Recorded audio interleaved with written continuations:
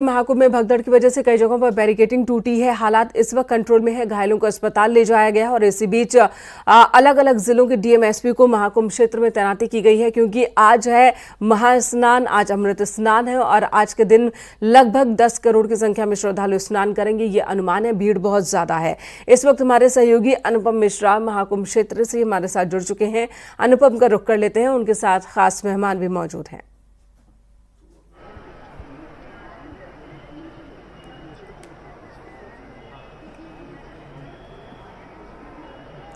अनुपम, आपको आवाज मिल रही है? अनुपम, सर्वेश दुबे और साथ ही साथ आलोक शुक्ला और हमारे सहयोगी अमित गंजू भी इस वक्त महाकुंभ क्षेत्र में मौजूद हैं, जो महाकुंभ क्षेत्र के अलग अलग हिस्सों की जानकारी दर्शकों तक पहुंचा रहे हैं और साथ ही बता रहे हैं कि आस्था के इस सैलाब में कितनी बड़ी संख्या में लोग पहुंच रहे हैं, उनका अनुभव क्या है, किस तरह से वो संगम में डुबकी लगाने के बाद लौट रहे हैं। ज़्यादातर जो बड़ी संख्या में लोग पहुंच रहे हैं उनमें ज़्यादातर लोगों का ये मन है कि वो संगम नोज पर ही स्नान करें, जहां पर तीनों नदियां मिलती हैं। ये मान्यता है, गंगा, यमुना, सरस्वती वहीं पर। हालांकि कुल 44 घाट तैयार किए गए हैं, 44 घाटों पर स्नान के इंतजाम है, लेकिन जो भीड़ का दबाव है वो सबसे ज़्यादा संगम नोज पर देखने को मिल रहा है और यही वजह है कि वहाँ भगदड़ जैसी स्थिति थोड़ी रही, जिस पर कंट्रोल कर लिया गया है। ये प्रशासन की ओर से दावे किए जा रहे हैं और 10 करोड़ से ज़्यादा श्रद्धालु आज स्नान करने वाले हैं। आज मौनी अमावस्या का स्नान है। आज के स्नान का विशेष महत्व है। ये कहा जाता है कि आज स्नान दान करने से पितर जो है उनको शांति मिलती है, तर्पण होता है पितरों का, और यही वजह है कि आज के स्नान का बहुत ज़्यादा महत्व है। हालांकि अखाड़ों की ओर से स्नान न करने का ऐलान किया गया है। अभी बातचीत चल रही है प्रशासन से। मुमकिन है कि अखाड़े स्नान करें, लेकिन थोड़ी देर से करें। लेकिन फिलहाल स्नान का कार्यक्रम रद्द कर दिया गया है अखाड़ों की ओर से। अनुपम मिश्रा हमारे सहयोगी प्रयागराज क्षेत्र से इस वक्त मौजूद हैं। अनुपम का रुख एक बार फिर से करूंगी। अनुपम, क्या जानकारी इस वक्त मिल रही है अखाड़ों के स्नान को लेकर? देखिए मेनका, सबसे बड़ी बात यह है कि आज महाकुंभ क्षेत्र में जो रौनक है, श्रद्धालुओं का जो जमावड़ा है, वो ये बता रहा है कि आखिर सबसे बड़ा इस महाकुंभ का अमृत स्नान जो है वो है मौनी अमावस्या का स्नान। और जिस तरीके से सुबह से ही ब्रह्म मुहूर्त था, तमाम लोगों ने, आपको बताएं कि मैंने भी आज ब्रह्म मुहूर्त में सुबह सुबह मौनी अमावस्या का स्नान किया और उसके बाद तमाम दर्शकों तक उस स्नान के बाद जो फीलिंग है उसको भी हम लगातार रखेंगे। लेकिन सबसे महत्वपूर्ण ये है कि जिस तरीके से आपने सवाल किया कि दान करने की और तमाम जो परंपराएं हैं, हमारे साथ बातचीत करने के लिए प्रोफेसर बृजेंद्र मिश्रा जी भी हैं, उनसे भी हम तमाम पहलुओं को जानेंगे और समझेंगे। साथ ही साथ सबसे महत्वपूर्ण ये है कि अभी जो श्रद्धालु लगातार आ रहे हैं उनका मैनेजमेंट, क्राउड का मैनेजमेंट किस तरीके का है और प्रशासन किस तरीके से उनको ले रहा है, क्योंकि संगम में डुबकी लगाने के लिए लगातार श्रद्धालुओं के आने का सिलसिला लगातार जारी है। हमारे साथ प्रोफेसर बृजेंद्र जी हैं, उनसे धार्मिक महत्व को समझते हैं। बृजेंद्र जी, बहुत बहुत स्वागत है न्यूज़ 18 पर आपका। आज का दिन मौनी अमावस्या का है और लगातार ब्रह्म मुहूर्त से उसके बाद तमाम लोग डुबकी लगा रहे हैं। कितना महत्व है मौनी अमावस्या का और महाकुंभ और मौनी अमावस्या, क्योंकि ये माना जाता है कि जो पुण्य की प्राप्ति होती है वो मौनी अमावस्या के स्नान करने से बहुत ज्यादा होती है। आज सभी सनातनियों के लिए गर्व का विषय है और सबको मैं बधाई देता हूं कि आज इस महत्ताकाश में सारे ग्रहों ने वह स्थिति बना रखी है जो 144 वर्ष पहले हुई थी और शायद आगे 144 वर्ष के बाद भी मिले हमें। आपने बताया ये मौनी अमावस्या है, पहले हम समझ लें अमावस्या है क्या, और इस अमावस्या या माघ मास का यहाँ प्रयाग के इस धरती पर महत्व क्या है।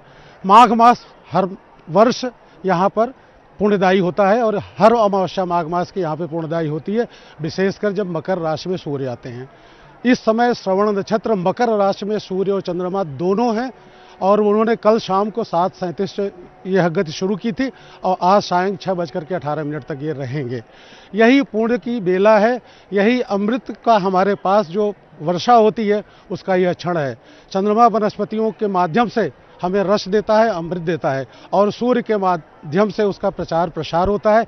आज ये दोनों ग्रह, यद्यपि चंद्रमा आज अस्त है, अमावस्या की तिथि बहुत सुखद नहीं मानी जाती, लेकिन इस मामले में यह सुखद है कि यह पूर्ण वर्षा कर रही है। अब बात आती है इसके महात्म की और खासकर आज के दिन की।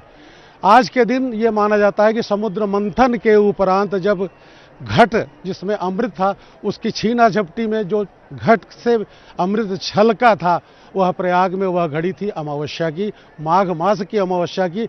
और यह निर्धारण करते हैं बृहस्पति, क्योंकि बृहस्पति देवताओं के गुरु रहे हैं। बृहस्पति 12वें वर्ष में जब वृष राशि में आते हैं और जब मकर में वो सूर्य और चंद्रमा को पाते हैं, तथा अन्य ग्रह भी अभी मैं आगे बताऊंगा, आज के ग्रह की कुंडली दशा, तब यहाँ पर अमृत छलकता है। अमृत का मतलब केवल अमृत सीधे द्रव के रूप में नहीं, यहाँ पर लोग मौन होकर के तपस्वियों को देखते हैं, निहारते हैं, उनके ज्ञान को आत्मसात करते हैं। यहाँ बहुत तपस्वी आए हुए हैं, शायद हम उन तक पहुँच नहीं पाते हैं जब तक साधना हमारी भी उस स्तर की न हो, हमारा योग भी वहाँ तक न पहुँच जाए। इस क्षेत्र में इतना ज्ञान का प्रवाह हो रहा है, अमृतमयी ज्ञान आ रहा है, हमें मौन होकर के अंतर मन से उसको प्राप्त करने का प्रयास करना चाहिए। इस ब्रह्म मुहूर्त में यह बेला आ चुकी है।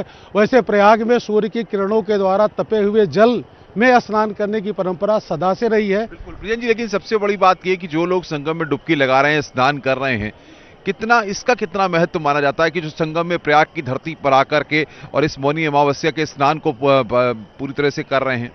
देखिए, माँ सरस्वती को प्रथम नदी माना गया है।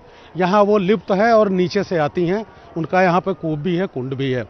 माँ गंगा हिमालय से तमाम वनस्पतियों का सारा द्रव लेकर के यहाँ पर आती हैं, और उधर यमुना भी, दोनों मिलती हैं। जहाँ पर हमारी गंगा नदी पश्चिम वाहिनी हो जाती है, वह केवल संगम क्षेत्र पर होती है। अन्यथा तो यहाँ पर आप देखेंगे, और ज़्यादातर भारत में देखेंगे, वह पूरब और दक्षिणमयी पूर्व दक्षिण की तरफ बहती है। लेकिन प्रयाग में दौड़ करके माँ गंगा और जमुना आपस में मिलती हैं। यहाँ अभी भी जल देखेंगे, दोनों का जल अलग अलग रंग का होगा। वहाँ पर डुबकी लगाने पर यह माना जाता है कि वहाँ भगवान विष्णु माँ लक्ष्मी के साथ, सारे तीर्थों के साथ यहाँ पर विद्यमान है। तो सबका जो हमारा पुण्य मिलता है, दूसरे शब्दों में कहा जाए सबकी जो वाइब्रेशन मिलती है, वो सारा का सारा मुझे संगम में प्राप्त होता है। वह भी इस विशेष क्षण में जब सारे ग्रहों ने एक स्थिति बना रखी है। आज शुक्र उच्च का है और शुक्र की ही राशि में बृहस्पति है। बृहस्पति सीधे सूर्य और चंद्रमा को देख रहे हैं, शनि के द्वारा वो दोनों बल प्राप्त कर रहे हैं। और आपने सुना होगा समुद्र मंथन के बाद जो राहु केतु की घटना हुई थी, आज राहु केतु भी शुक्र के साथ इन ग्रहों को देख रहे हैं। तो पूरा अगर राशियों पर क्या प्रभाव पड़ रहा है, अगर आप बता पाएं आज के दिन, जैसे कि जो मेष राशि या तमाम जो राशियां हैं, अगर संक्षेप में आप इन सभी राशियों के बारे में बता पाएं। चलिए, आपने इस चीज़ की बात की है, मैं ये बताऊंगा कि बृहस्पति वृष राशि में है और 15 अप्रैल तक रहेंगे। तो बृहस्पति राशि के लिए यह योग बहुत शुभ है। साथ ही साथ मैं थोड़ा सा आगे आकर के कहूँगा कि मीन राशि में शुक्र इस समय 2 दिन से उच्च होकर के आए हैं। यद्यपि वो राहु के साथ है और कुछ दिनों तक रहेंगे, फिर भी मीन राशियों के लिए यह बहुत फलदायी है। अब बीच में आती है मेष राशि। मेष राशि के लिए यह मध्यम फल प्रदान करेगी। चूँकि वृष में बृहस्पति हैं, इसलिए ये कर्क के लिए बहुत उत्तम योग देगा। कर्क के लिए यह बहुत ज़्यादा शुभ है। और आगे चलते हैं, सिंह के लिए यह मध्यम स्थिति में आएगा। कन्या पर चूंकि सीधे बृहस्पति की दृष्टि पड़ रही है, तो ये इस पुण्य फल का वो भी बहुत ज़्यादा लाभ उठा पाएंगे। तुला पे अगर हम आते हैं तो फिर स्थिति थोड़ा सा मध्यम हो जाती है। लेकिन अगर हम थोड़ा मेष की फिर बात कर लें, मेष को विशेष रूप से इस समय यज्ञ हवन दान आदि करना चाहिए, क्योंकि मेष के लिए थोड़ा यह कष्टकारी बन रहा है। वृश्चिक राशि के लिए भी यह मध्यम फलदायी है। धनु के लिए अति शुभ है, क्योंकि धनु पर इस तरह के प्रभाव पड़ रहे हैं कि आज वो अगर वो तिल के लड्डू आदि का दान करेंगे तो उनको बहुत ज़्यादा लाभ मिलेगा।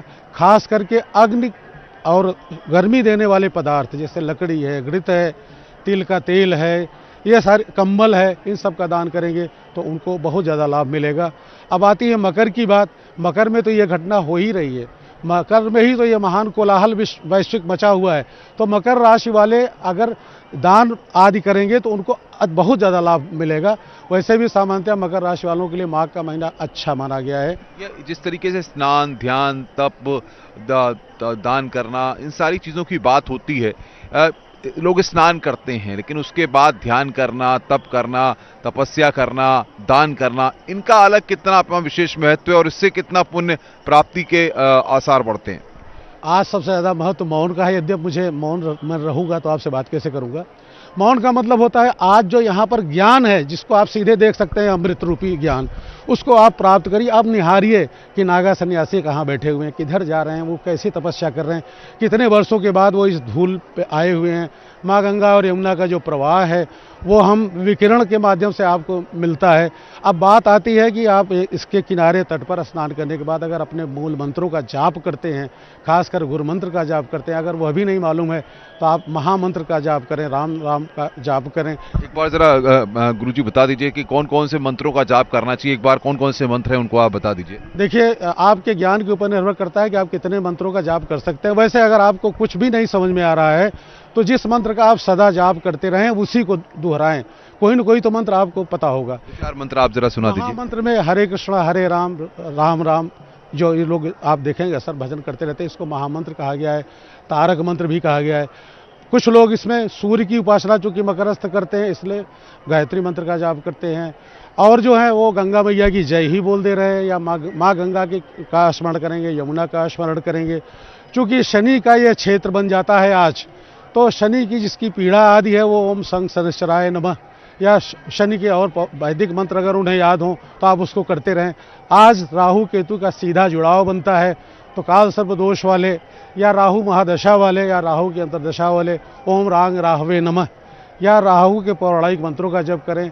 इसी तरह से जो भी उनकी दशाएं हैं उन मंत्रों को यहाँ पे जागृत करने का प्रयत्न करें जो उनके गुरु ने बताया हो। अगर फिर भी कुछ नहीं समझ में आ रहा है तो यहाँ पर बाहर निकल के ऐसे लोगों को दान करने का प्रयास करें जो या तो तपश्चर्या में लीन हैं या वो एकदम दीनहीन हैं, उनके पास वस्त्र नहीं है, कंबल नहीं है, कहीं रहने की जगह नहीं है, खाने के लिए नहीं है। यहाँ पर तिल का दान, खिचड़ी का दान विशेषकर जिसमें उड़द होती है वो बहुत महत्व का है, क्योंकि आज खिचड़ी आदि खाने से हमारे पाचन तंत्र पूरी तरह से स्वस्थ रहता है और सुचारू रूप से सुपाच्य और भोजन हो जाता है। तिल में लक्ष्मी का वैसे तो वास है, लेकिन तिल के तेल की बहुत ज़्यादा महत्ता है। और अभी तो षटतिला एकादशी आएगी और हमें तिल का 7 प्रकार से प्रयोग करना है। तिल को खाना है, तिल का उपटल लगाना है, तिल के तेल को लगाना है, तिल के तेल को जलाना है, तिल का दिया देना है, तिल का दान करना है, तरह तरह की चीजें गुड़ से मिश्रित। देखिए मेनका, आप सुन रही थी कि प्रोफेसर ब्रजेंद्र मिश्रा किस तरीके से तमाम चीजों को यहाँ पर बता रहे हैं और किस तरीके से आज का जो धार्मिक महत्व है वो हर किसी को अपनी ओर जोड़ता है।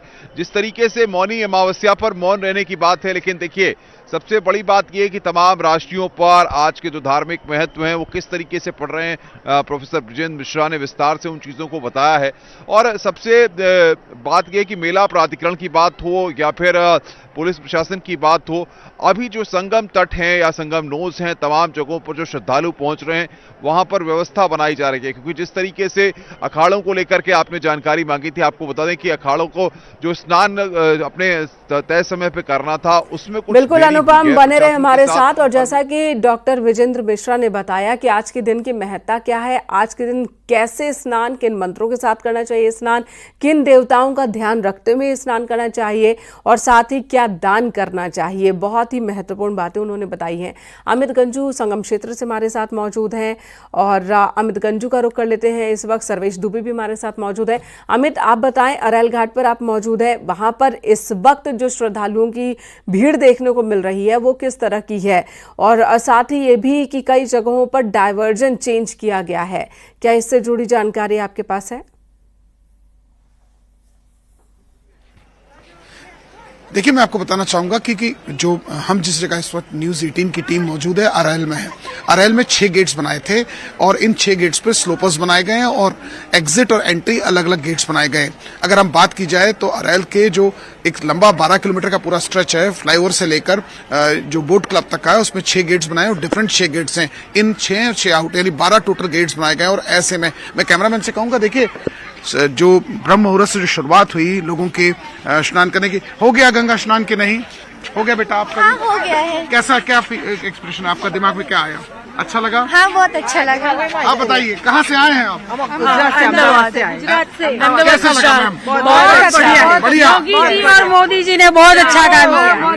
बहुत अच्छा, बहुत बढ़िया, बहुत अच्छा था। अच्छा, मैं इंडिया में नहीं रहती, मैं लंदन से। आप लंदन से आए? भारत से, भारत मतलब हूँ इधर से बट रहती उधर हूँ। लंदन रहती हैं, तो कितना अच्छा लगा आपको यहाँ? बहुत अच्छा है। तो रात से ही वेट कर रहे थे नंबर का? दो दिन से कल भी आए थे, त्रिवेणी संगम में नहाए अच्छा, और आज भी आए। चलिए ठीक है, हर हर के बोल दीजिए। कैसा लगा? बहुत अच्छा लगा संगम में और बहुत बढ़िया स्नान हो गया। बढ़िया स्नान। आप कहाँ से हैं? हम गुजरात से हैं। अहमदाबाद सब लोग हैं। चलिए ठीक है, आप देख सकते हैं कि कैमरे की नजर, मैं अपने कैमरामैन से कहूंगा जहां तक कैमरे की नजर जा रही है और लोगों श्रद्धालुओं का आपने माथे पूरा टीका चंदन सब लगाया बढ़िया सा, कुछ दान पुण्य किए हैं? कर दिया। बढ़िया। कैसा लगा यहाँ आके? बढ़िया लगा। पीस कैसे? पीस हुआ, मेंटल पीस अच्छा लगा? चलिए ठीक है, आप देख सकते हैं कि देश के कोने कोने से, कश्मीर से लेकर कन्याकुमारी की अगर बात की जाए तो गलत नहीं होगा, बिल्कुल सटीक बैठता है।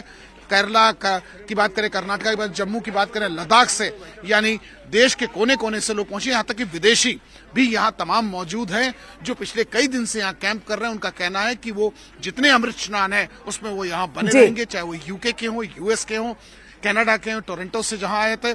मिडिल ईस्ट की अगर बात की जाए, उसमें दुबई की बात की जाए, दुबई की, कतर की बात की जाए, या मस्कट की, ओमान से तक यहाँ लोग पहुंच रहे हैं और आस्था की डुबकी लगा रहे हैं। बिल्कुल, सर्वेश दुबे भी हमारे साथ जुड़े हुए मेला क्षेत्र से। सर्वेश, आपके पास आती हूँ। अखाड़ों की ओर से आज अमृत स्नान का कार्यक्रम स्थगित कर दिया गया, लेकिन अभी एक खबर आ रही है कि महानिर्वाणी अखाड़े के कुछ साधु संत वो स्नान के लिए निकल पड़े हैं, यानी कि वो जुलूस की शक्ल में नहीं आ रहे हैं जिस तरह से वो बिल्कुल राजसी अंदाज में आते हैं, लेकिन कुछ साधु संत हैं वो स्नान के लिए आ रहे हैं। देखिए, निश्चित तौर पर ये अभी बात ये हुई थी, प्रशासन ने अखाड़ों को रोका था। जिस तरह से वहां पर भगदड़ की स्थिति हुई थी, कुछ लोग घायल हुए थे, उनका अस्पताल में इलाज चल रहा है, कुछ लोगों को रेफर भी मेडिकल कॉलेज के सहारे अस्पताल किया गया है।